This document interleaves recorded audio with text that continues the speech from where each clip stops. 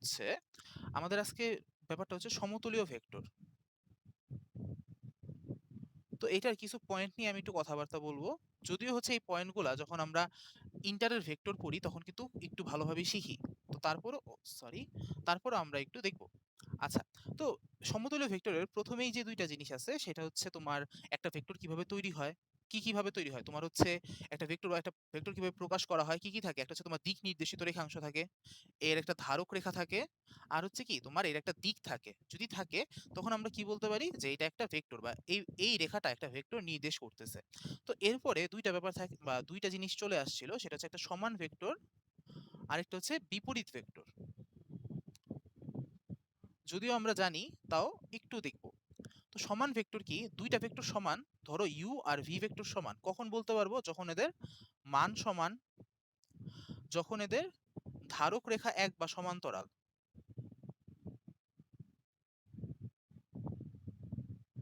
আর আরেকটা কি দিক একই।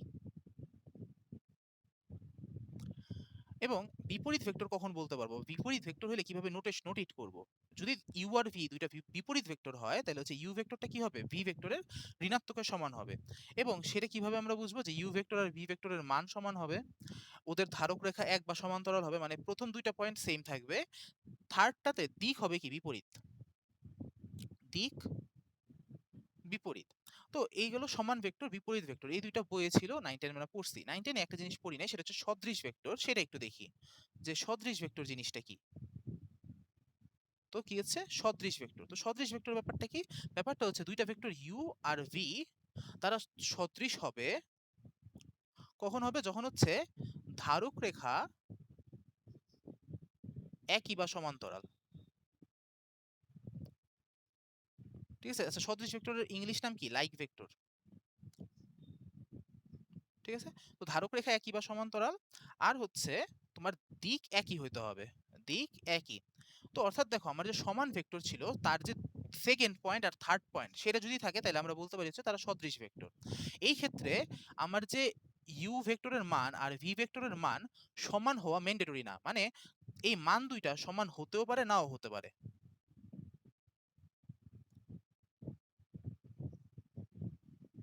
হতে পারে। তাহলে আমরা কি বলতে পারি? আমরা বলতে পারি হচ্ছে সকল ধরনের সমান ভেক্টর কিন্তু সদৃশ ভেক্টর অবশ্যই। কারণ কি, সমান ভেক্টর হইতে হইলে ধারক রেখা একই সমান্তরাল হইতে হয়, দিকও এক হইতে হয়, এবং মান সমান হইতেও পারে, নাও হইতে পারে। সো সকল সমান ভেক্টর কি সদৃশ vector. Then last of all হচ্ছে বিসদৃশ ভেক্টর বা আনলাইক ভেক্টর।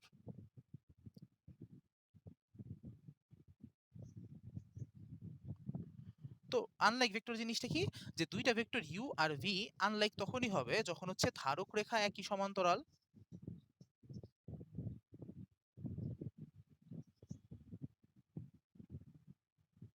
কিন্তু দিকটা ভিন্ন হইতে হবে। এই ক্ষেত্রেও কি সেম ভাবে এর মান আর এর মান সমান হতেও পারে, নাও হতে পারে। অর্থাৎ বিসদৃশ ভেক্টর কি এক এক দিক থেকে, বা বিপরীত ভেক্টর কি এক দিক থেকে বিসদৃশ ভেক্টর। কারণ কি, বিপরীত ভেক্টর হইতে হলে মান সমান হইতে হয়, ধারক রেখা এক সমান্তরাল হইতে হয়, দিক বিপরীত হইতে হয়। কিন্তু এখানে কি, এখানে হচ্ছে আমার ধারক রেখা একই সমান্তরাল, আর হচ্ছে দিক ভিন্ন বা দিক বিপরীত। ঠিক আছে? ভিন্ন বিপরীত এই ক্ষেত্রে একই হয়ে যাচ্ছে। ওকে?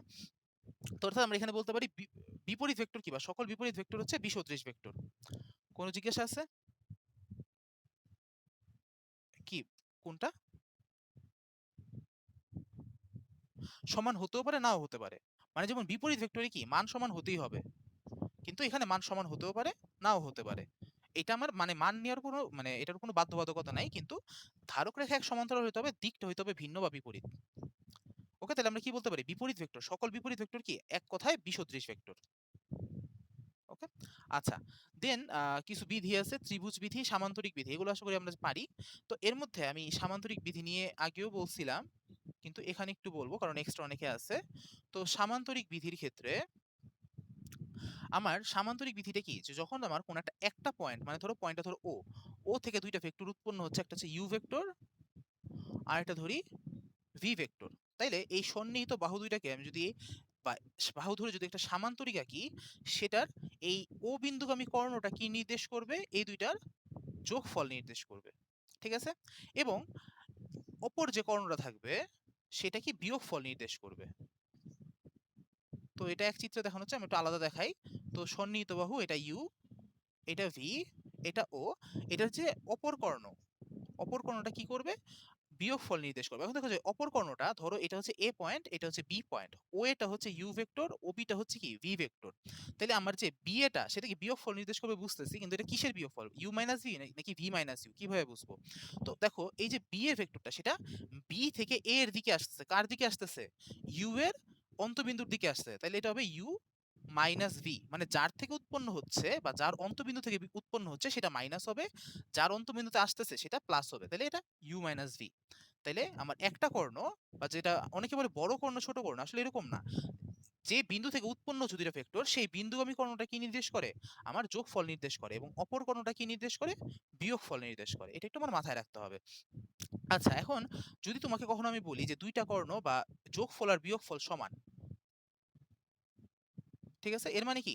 এর মানে আসলে যখন আমি তোমাকে ধরো বললাম যে ইউ ভেক্টর আর ভি ভেক্টরের যোগফলের মান সেটা কি ইউ ভেক্টর আর ভি ভেক্টরের বিয়োগফলের মানের সমান।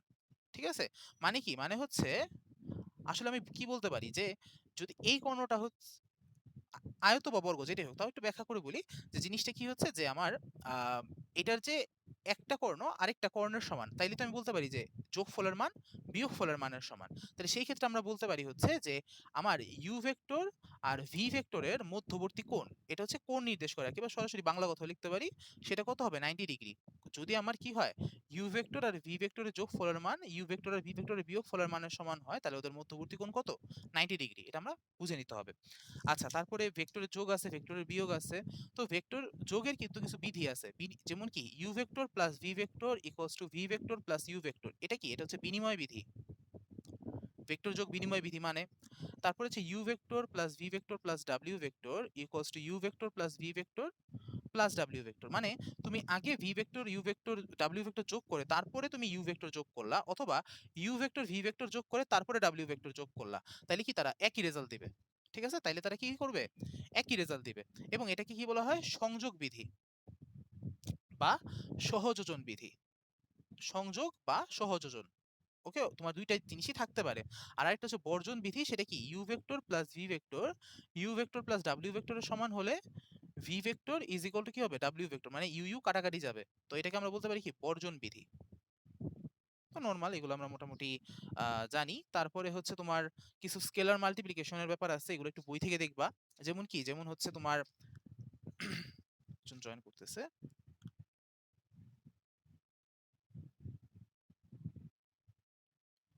আচ্ছা, তারপরে আমরা আসি হচ্ছে যেমন ধরো আমার কোনো এম যদি কখনো মান 0 হয়, ঠিক আছে, এবং ইউ একটা যে কোনো ভেক্টর হয়, তাহলে সেই ক্ষেত্রে যদি আমি এম ইউ করি সেটা কিন্তু জিরো ভেক্টর হবে, বা যেটাকে আমরা কি বলি? জিরো ভেক্টর বা শূন্য ভেক্টর। তো এখানে আমরা জিরো ভেক্টর নিয়ে একটু বলি। এই যে জিরো ভেক্টর আমরা কি জানি? মানে জিরো ভেক্টর কাকে বলে? যার মান শূন্য, যে ভেক্টরের মান শূন্য এবং নির্দিষ্ট দিক নেই। তো এটা অবশ্যই মাথায় রাখতে হবে যে জিরো ভেক্টরে কি নেই? নির্দিষ্ট দিক নেই, কিন্তু আসলে কিন্তু ওর দিক আছে। মানে আমরা যদিও অনেকে বলেছি কি দিক নাই, আসলে কিন্তু এটা ভুল কথা। জিরো ভেক্টরের নির্দিষ্ট দিক নেই, কিন্তু ওর কিন্তু দিক আছে। এখন ওর দিকটা কোনটা? ওর দিক হচ্ছে যে কোনো দিক। মানে হচ্ছে তুমি যে দিকটাই চিহ্নিত করবা, যেমন ধরো আমি এরকম একটা ভেক্টর চিহ্নিত করলাম যে এটা ইউ, এরকম একটা ভেক্টর চিহ্নিত করলাম এটা ভি। এর মানে জিরো ভেক্টরের দিক কোনটা? এটাও জিরো ভেক্টরের দিক, এটাও জিরো ভেক্টরের দিক, কারণ সবকিছুর মধ্যে কিন্তু জিরো আছে। বুঝতে পারছি? সবকিছুর মধ্যেই জিরো ব্যাপারটা আছে, বা জিরো যোগ আকারে থাকে। মানে এটাকে আমি কি বলতে পারি? U vector plus zero vector. এটাকেও কি বলতে পারি? V vector plus zero vector. কারণ কি যোগ করলে কোনো চেঞ্জ হবে না। তো সেই ক্ষেত্রে জিরো ভেক্টরটা কি সবার মাঝখানেই আছে। এই জন্য আমরা কি বলি? ওর কোনো নির্দিষ্ট দিক নেই, কিন্তু ওর কিন্তু দিক আছে। এবং ওর দিক কি? জিরো ভেক্টরের দিক হলো যে কোনো ধারক রেখার দিকে, যে কোনো ধারক রেখার দিকে। ঠিক আছে? আচ্ছা, তারপরে আমরা আরো বেশ কিছু আছে। যেমন আরেকটা জিনিস দেখি, ধরো এম এর মান শূন্যের সমান না, M is not equal to zero, এবং ইউ ধরি কোন একটা ভেক্টর আছে। এখন ধরি এম যদি গ্রেটার দেন জিরো হয়, তাহলে এম ইউটা কি হবে? ইউ এর সদৃশ ভেক্টর হবে। এম ইউটা কি হবে? ইউ এর সদৃশ ভেক্টর। যেমন ধরো এটা হচ্ছে আমার ইউ ভেক্টর, তাহলে m এর মান ধরো 4, তাহলে আমার 4u ভেক্টরটা কি হবে, জাস্ট ওর দৈর্ঘ্যের 4 গুণ। এবং দেখো যদি আমি 4 গুণ করি দৈর্ঘ্যটাকে, আমার কিন্তু দিকেরও কোনো পরিবর্তন হচ্ছে না, ধারক রেখাও সমান্তরাল থাকতেছে। সো এই জন্য আমরা কি বলতে পারি যে mu ভেক্টরটা কি হবে, u এর সদৃশ ভেক্টর যখন m কি গ্রেটার দেন 0। কিন্তু m যদি লেস দেন 0 হয় তখন mu টা কি হবে, u এর অসদৃশ ভেক্টর, সরি অসদৃশ বা বিসদৃশ বা আনলাইক আর কি, অসদৃশ ভেক্টর। কারণ কি, ধরো m এর মান -4, তাহলে কি হবে, জাস্ট দিকটা বিপরীত হয়ে যাবে। ঠিক আছে, তো সেই ক্ষেত্রে কিন্তু বিসদৃশ ভেক্টর হয়ে যায়।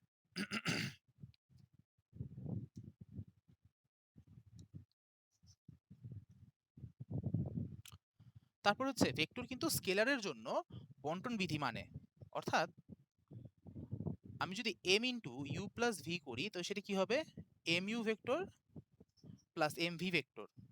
অথবা আমি যদি u into m plus n করি সেটা কি হবে, mu vector plus nu vector. অর্থাৎ স্কেলারের আন্ডারে সে হচ্ছে কি বন্টন বিধি মানে, এটা কি বিধি, এটা হচ্ছে বন্টন বিধি। আচ্ছা, তারপর হচ্ছে আমরা কিছু জিনিস একটু অবস্থান ভেক্টর এবং হচ্ছে অনুপাতে অন্তর্বিভক্তিকরণের ব্যাপারগুলো একটু দেখব। তো অবস্থান ভেক্টর কি,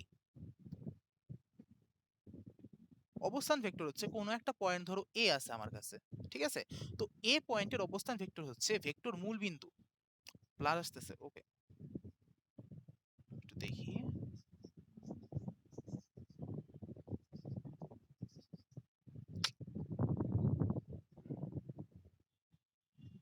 কি রে ভাই, আমার গ্রামীণের নেটে যদি কাজ না করে তো সমস্যা।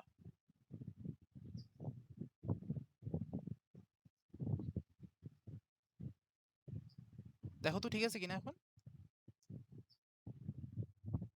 এখন ঠিক আছে।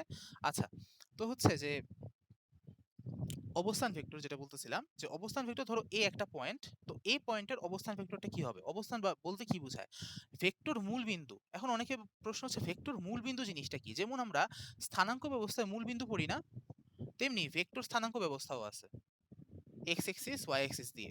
ঠিক আছে, তো এই যে ভেক্টর স্থানাঙ্ক ব্যবস্থার যে মূল বিন্দু মানে যে 0 0 পয়েন্টটা, সেখান থেকে আমি যদি এ পর্যন্ত একটা রেখা টানি, অর্থাৎ এবং এটাকে যদি আমি ভেক্টর নামকরণ করি, যেহেতু ভেক্টর স্থানাঙ্কে আছে তাহলে কি এটা ওয়ে ভেক্টর হবে। এই ওয়ে ভেক্টরটা হচ্ছে এ বিন্দুর অবস্থান ভেক্টর। ওয়ে ভেক্টরটা কি, এ বিন্দুর অবস্থান ভেক্টর, যেটাকে আমরা চাইলে স্মল এ দিয়ে প্রকাশ করতে পারি বা স্মল এ ভেক্টর দিয়ে প্রকাশ করতে পারি। ঠিক আছে, যেমন যদি ধরো আমার বি বিন্দুর অবস্থান ভেক্টর বের করতে চাই তাহলে সেটা কি হবে, ওবি ভেক্টর বা স্মল বি ভেক্টর দিয়ে প্রকাশ করতে পারি। এখন জিনিসটা হচ্ছে এটা প্রায় এমসিকিউতে দেয়, যদিও আমাদের বইয়ে নাই তাও দিয়ে দেয়, যে হচ্ছে আমার দুইটা পয়েন্ট আছে, একটা হচ্ছে এ আর একটা হচ্ছে বি। ঠিক আছে, এই দুইটা বিন্দুর যে সংযোগকারী রেখা সেটার m:n অনুপাতে, m:n অনুপাতে অন্তর্বিভক্তিকরণ বিন্দু সি হলে এই সি বিন্দুর অবস্থান ভেক্টর কত। কি বললাম আবারও বলি, এ একটা পয়েন্ট আছে, এটা ধরো ভেক্টর মূল বিন্দু, এ একটা পয়েন্ট আছে, এ এর অবস্থান ভেক্টর হচ্ছে ধরো স্মল এ ভেক্টর, বি এর অবস্থান ভেক্টর হচ্ছে স্মল বি ভেক্টর। এই এ বি এর যে সংযোগকারী রেখাংশ সেটার m:n মানে কি, ধরো হচ্ছে আমি চিন্তা করতে পারি 1:2, মানে আমি এটা কি করলাম, সমান 3 ভাগে ভাগ করলাম, এর মধ্যে 2 ভাগ উপরে গেল, সরি 2:1, তাহলে 2 ভাগ উপরে যাবে, 1 ভাগ নিচে আসবে। যদি 1:2 হইতো 1 ভাগ উপরে 2 ভাগ নিচে। ঠিক আছে, তো এরকম অন্তর্বিভক্তকারী বিন্দু যদি সি হয় তাহলে সি এর অবস্থান ভেক্টর কত। ঠিক আছে, আচ্ছা m+n/2 না, সবসময় m+n/2 হবে না। তো সি বিন্দুর অবস্থান ভেক্টরটা হচ্ছে আহ, সেটা হলো m ইন্টু বি ভেক্টর, মানে হচ্ছে যার সাথে যেটা থাকবে অপোজিটটা নিতে হবে আর কি। তাহলে m into B vector plus n into A vector divided by m+n। এটা হচ্ছে কি অন্তর্বিভক্তিকারী সি বিন্দুর অবস্থান ভেক্টর। ঠিক আছে, ব্যাপারটা বুঝতে পারছি। কি করবা, এই দেখো এই যে এমটা বা এম রেশিওটা সে কি এ পয়েন্টের সাথে যুক্ত, মানে এ ভেক্টরের সাথে যুক্ত, কিন্তু আমি নিব কাকে, গুণ করার সময় m into V vector n into A vector divided by m+n। আচ্ছা, যদি বহির্বিভক্তকারী হয়, আগে একটু বুঝাইনি বহির্বিভক্তকারী বলতে কি বুঝায়। তো ধরো সেম ভাবে এ বি এর সংযোগকারী রেখাকে আমি বললাম কোনো একটা বিন্দু এ m:n অনুপাতে বহির্বিভক্ত করতেছে। বহির্বিভক্ত মিনিং কি, বহির্বিভক্ত মিনিং হচ্ছে মানে বাইরে দিয়ে বিভক্ত করবে, মানে ডি পয়েন্টটা কি হবে, এ বি এর বাইরে হবে। যেখানে যদি আমি বলি যে m:n অনুপাত, তাহলে ওই ক্ষেত্রে এডিটা হচ্ছে m এবং বিডিটা হচ্ছে এন। মানে আমি কি বলতে পারি, আমি বলতে পারি হচ্ছে AD by BD is equal to M by N. বুঝতে পারছি? ডিটা কি হবে, বাইরে হবে, এবং এডি বাই বিডিটা কি হবে, এম বাই বা এম ইস টু এন হবে। ঠিক আছে, এটাকে বলা হয় বহির্বিভক্তকারী বিন্দু। তো ধরি বহির্বিভক্তকারী বিন্দুর হচ্ছে ডি, এ বিন্দুর অবস্থান ভেক্টর এ বি, এবং ডি বিন্দুর অবস্থান ভেক্টর হচ্ছে ডি ভেক্টর, ভেক্টর মূল বিন্দু ও আছে। তাহলে এই ক্ষেত্রে আমার বহির্বিভক্তকারী ডি বিন্দুর অবস্থান ভেক্টর কি হবে, সেম ভাবেই দেখো আমার এই যে এম, সে কার সাথে, সরাসরি কার সাথে যুক্ত, এ পয়েন্টের সাথে যুক্ত না, কিন্তু এই ক্ষেত্রেও সেম ভাবে আমি কি নিব, বি বিন্দুর অবস্থান ভেক্টর নিব যার সাথে যুক্ত নাই। তাহলে M into B vector N into A vector, আগেরটা যোগ করছিলাম, এখানে বহির্বিভক্ত করলে বলে মাইনাস হবে, divided by M minus A. কোনো জিজ্ঞাসা আছে কিনা?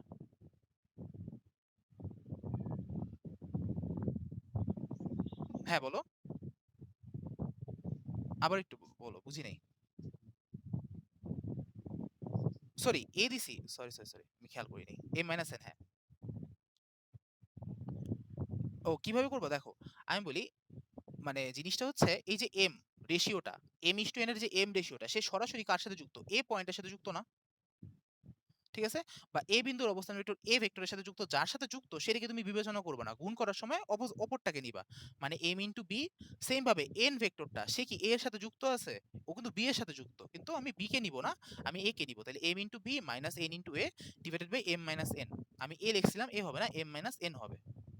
ঠিক আছে, বুঝতে পারছি। যেমন ধর আমরা একটা একটা উদাহরণ দিতে পারি আমরা।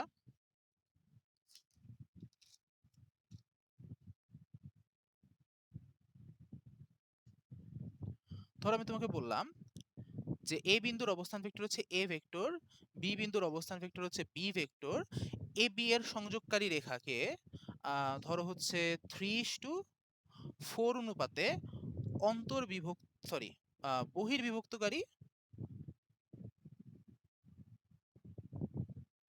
বিন্দুর অবস্থান ভেক্টর কত। তো ধরি হচ্ছে বহির্বিভক্তিকারী বিন্দুর হচ্ছে ডি ভেক্টর। ঠিক আছে, ধরে নিলাম, তুমি সি ধরো, ই ধরো, এটা তোমার ইচ্ছা। তাহলে এখন দেখো আমি কি বললাম, যে এ বি এর সংযোগকারী রেখাকে 3:4 অনুপাতে বহির্বিভক্ত করছে, এরকম একটা পয়েন্ট। তো 3:4 অনুপাত, যেহেতু যেহেতু থ্রিটা ছোট, তো পয়েন্টটা কি এর কাছাকাছি হবে। ঠিক আছে, পয়েন্টটা কি হবে, এর কাছাকাছি হবে, তাহলে এটা এইদিকে আমার ডি হবে। ঠিক আছে, তো কোনটার কি কাছাকাছি হবে এটা আমার মাথা ব্যথার বিষয় না, খালি সোজাভাবে চিন্তা করবা, আমার 3 এর সাথে হচ্ছে বি ভেক্টর গুণ হবে, মানে এম এর সাথে এন ভেক্টর, এন এর সাথে এ ভেক্টর।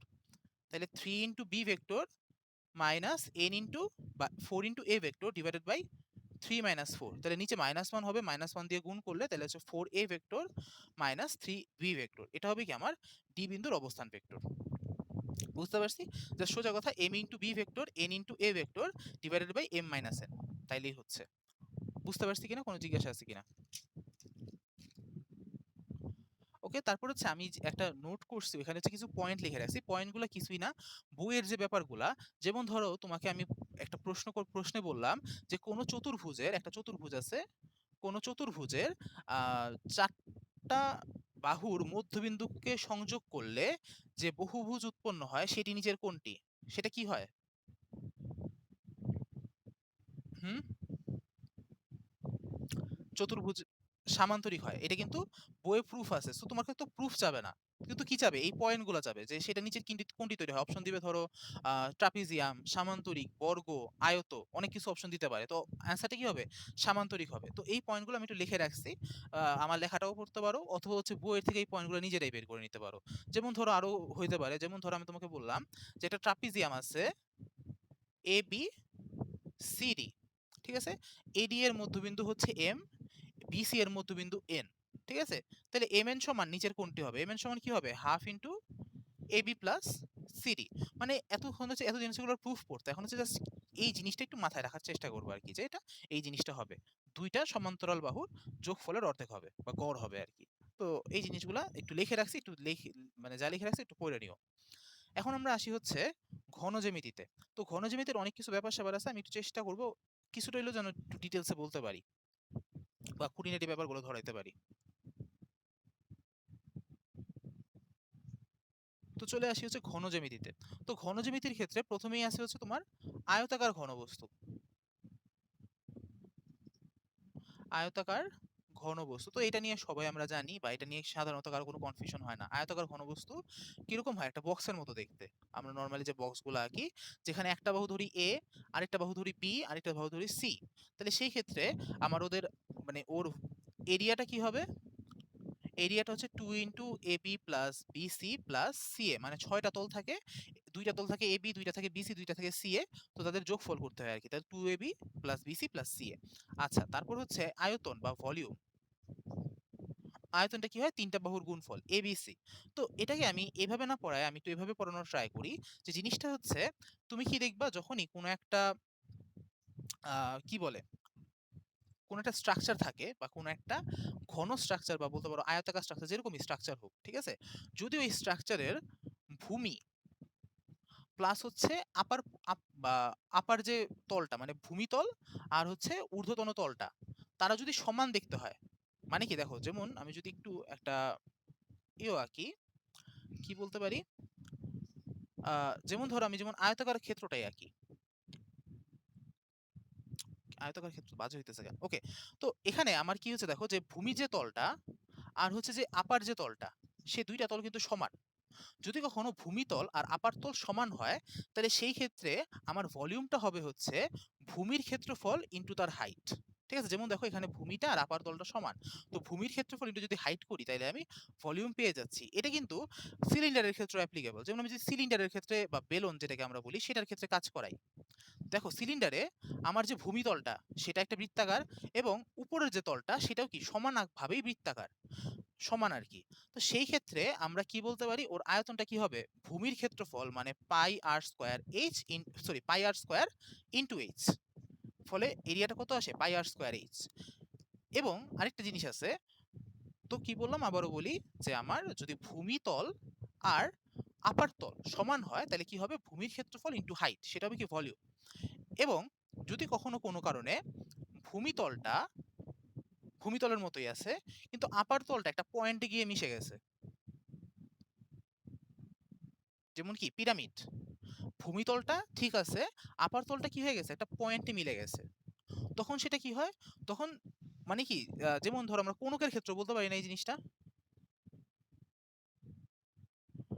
কি হয়? ভূমিতলটা ভূমিতলের মতোই আছে, জাস্ট উপরে উঠতে উঠতে এটা সরু হয়ে একটা পয়েন্টে গিয়ে মিলে গেছে।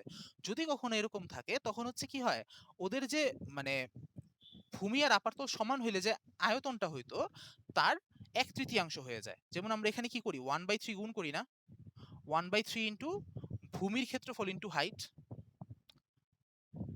তাই তো? কিসের ক্ষেত্রে? পিরামিডের ক্ষেত্রে ফর্মুলা কি? 1/3 ইন্টু ভূমির ক্ষেত্রফল ইন্টু হাইট। তেমনি কোণকের আয়তনের ফর্মুলা কি? 1/3 পাই আর স্কোয়ার এইচ। দেখো সিলিন্ডারের ছিল কি পাই আর স্কোয়ার এইচ, কারণ কি ভূমিতল আপার তল সমান ছিল, এখানে কি ভূমিতল থেকে একটা পয়েন্টে গিয়ে মিলে গেছে, ওই ক্ষেত্রে 1/3 গুণ হয়, এই ক্ষেত্রেও কি 1/3 গুণ হয়। ব্যাপারটা বুঝতে পারছি কিনা বা কোনো জিজ্ঞাসা আছে কিনা? এটা কেন বললাম? কারণ হচ্ছে তোমার, আচ্ছা কেন, আচ্ছা, না স্পেসিফিক আসলে কোনো কারণ নাই। এগুলা মানে এগুলা কিভাবে আসে যদি বলো যে ভাই এই ফর্মুলাগুলা কিভাবে আসছে? তো ফর্মুলাগুলো হচ্ছে আমি নিজে শিখছি হচ্ছে আম কি বলো অনার্স ফার্স্ট ইয়ারে আইসা। ঠিক আছে? সো এগুলো আসলে অনেক মানে জিনিসটা যত আমরা ইজিলি বলে ফেলি যে এটা 1/3 পাই আর স্কয়ার এইচ, এগুলোর অনেক ব্যাখ্যা আছে। ঠিক আছে? আর 1/3 হওয়ার কারণটা হচ্ছে যেহেতু যখন এটা তোমার বা এভাবে আমরা বলতে পারি যে যখন এটা এক পয়েন্টে মিলে যায় তখন হচ্ছে কি বলতে পারো? মি মানে ধরো এটার 2/3 হচ্ছে খুলে পড়ে যায়। এরকম ভাবে আমরা চিন্তা করতে পারি যে 2/3 বাদ হয়ে যায়, তাই 1/3 বাকি থাকে। বুঝতে পারছি যে এটার এরিয়া কত? পাই আর স্কয়ার এইচ। সরি এরিয়া বলতেছি। ভলিউম হচ্ছে কত? পাই আর স্কয়ার এইচ। ওর 2/3 হচ্ছে কি আলাদা হয়ে এই কোণক তৈরি হয়। তো আমরা বলতে পারি এটা 1/3, কিন্তু আসলে এরকম স্পেসিফিক কোনো কারণ নেই। ফর্মুলাগুলো এভাবে আসে। মিলে গেছে আরকি ব্যাপারটা। ইন্টিগ্রেশনে হ্যাঁ, ঠিক আছে। কিন্তু এগুলার আরো ইন্টিগ্রেশন মানে নরমাল যে ইন্টিগ্রেশন তোমরা ইন্টারে পড়বা ঐরকম না।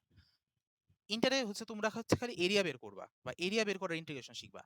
তারপর হচ্ছে আরো ভলিউম বের করার ইন্টিগ্রেশন আছে, আরো অনেক কিছু আছে। ঠিক আছে? তো অনার্সে ওইটা শিখতে পারবা আরকি যদি ইঞ্জিনিয়ারিং পড়ার দুর্ভাগ্য হয়। যাই হোক, তারপর আমরা আসি হচ্ছে প্রিজম। তো প্রিজম জিনিসটা কি? প্রিজম জিনিসটা হচ্ছে এরকম একটা ঘনবস্তু, এরকম একটা ঘনবস্তু যার ২ টা তল হচ্ছে সমান্তরাল হবে। কি বললাম, দুইটা তল সমান্তরাল প্লাস সর্বসম হবে।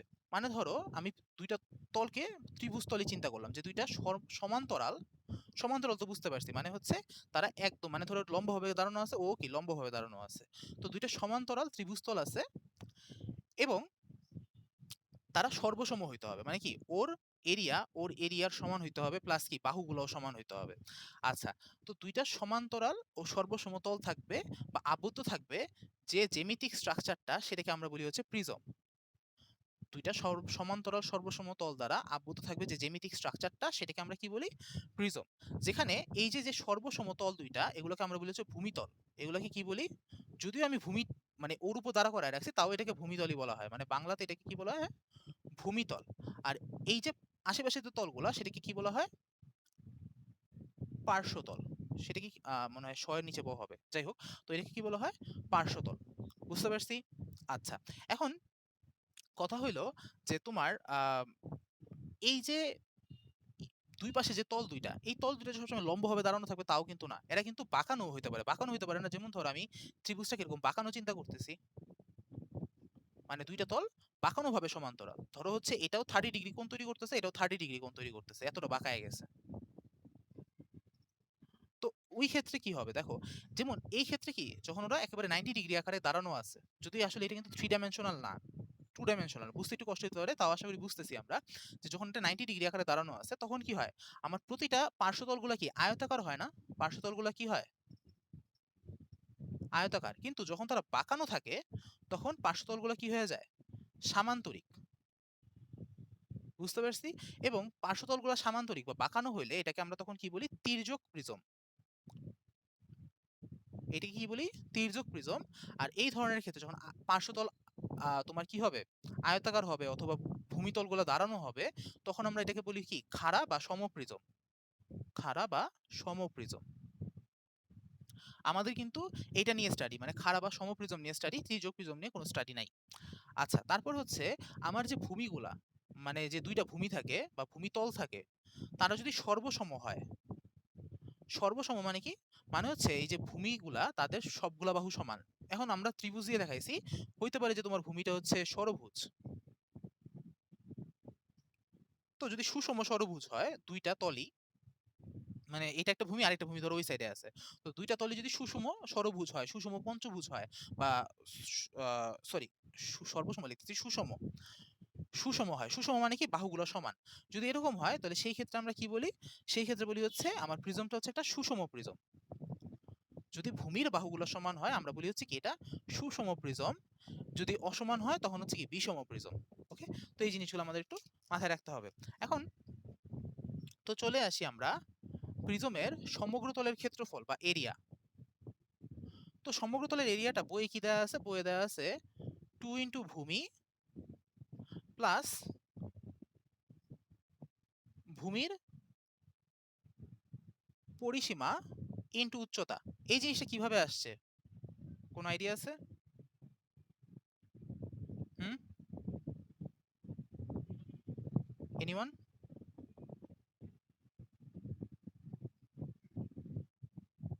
মানে প্রিজমের সমগ্র তলের ক্ষেত্রফলের যে বা এরিয়ার যে ফর্মুলা, সেটা কি 2 × ভূমির ক্ষেত্রফল প্লাস ভূমির পরিসীমা ইন্টু উচ্চতা। তো কথা হচ্ছে এটা তো অবশ্যই, এটা তো বুঝতে পারতেছি যে এখানে আমার দুইটা ভূমি আছে এবং ভূমি দুইটা সর্বসম বা সমান, তাহলে সেই ক্ষেত্রে 2 × ভূমির ক্ষেত্রফল প্লাস পার্শ্বতলের ক্ষেত্রফল। তো 2 × ভূমির ক্ষেত্রফল চলে গেল, পার্শ্বতলের ক্ষেত্রফল বলা আছে হচ্ছে ভূমির পরিসীমা ইন্টু উচ্চতা। কেন এটা বলা আছে বা এটা কিভাবে আসছে? হুম, খুবই নীরব কেন, এগুলো তো একটু জানা থাকা ভালো। দেখি,